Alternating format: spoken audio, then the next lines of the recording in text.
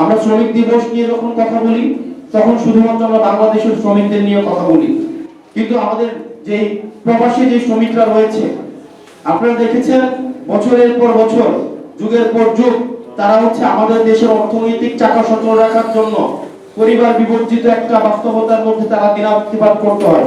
দিন শেষে তারা শুধুমাত্র অর্থনীতিতে কন্ট্রিবিউট করে যায়, শুধুমাত্র অবদান রেখে যায়, কিন্তু রাষ্ট্র আমাদের দেশ তাদেরকে আসলে কি দিতে পেরেছে এই পর্যন্ত? তারা যখন দেশে ফেরত আসে, তারা যখন আর কর্মক্ষম থাকে না, তখন তারা হয়ে যায় পরিবারের বোঝা। 25 বছর 30 বছর পর্যন্ত প্রবাস জীবন কাটায়। প্রবাস জীবনে কাটানোর সময় তারা শুধুমাত্র অর্থনৈতিক চাকাটা সচল রাখে, কিন্তু দিন শেষে যখন দেশে ফিরে আসে তখন পরিবারের জন্য বোঝা হিসেবে তারা বিবেচিত হয়। আমরা আমাদের জায়গা থেকে এই বিষয়গুলোকে আমাদের বিবেচনা করতে হবে।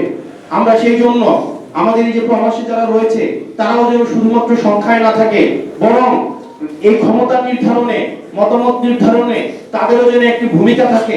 সেই জন্য আমরা চাচ্ছি, আমরা আমাদের জায়গা থেকে প্রস্তাবনাও দিয়েছি, পরবর্তী নির্বাচন বা পরবর্তী সবসময় যেন তাদের ভোটের মূল্যায়নটি হয়।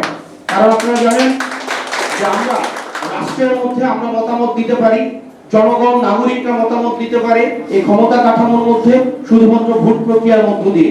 আমাদের এই ভোট প্রক্রিয়ার মধ্যে আমাদের এই দেশের উল্লেখযোগ্য একটা অংশকে বাকি রেখে যারা রাষ্ট্র অর্থনীতিকে যারা ভালোভাবে পরিচালিত করছে তাদেরকে বাকি রেখে আমাদের দেশের ক্ষমতায় কে আসবে এটি নির্ধারণ করার এই যে প্রক্রিয়াটি, এই প্রক্রিয়াটি আরেকটি বৈষম্যের শামিল।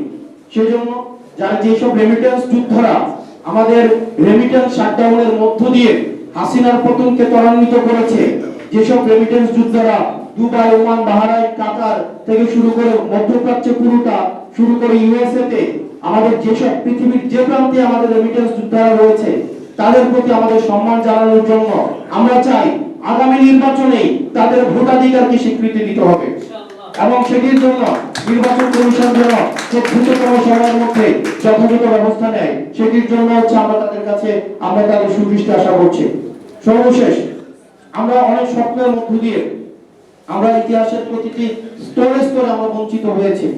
47 পরবর্তী সময় আমরা বঞ্চিত হয়েছি, 71 পরবর্তী সময় আমরা বঞ্চিত হয়েছি, 90 পরবর্তী সময় আমরা বঞ্চিত হয়েছি।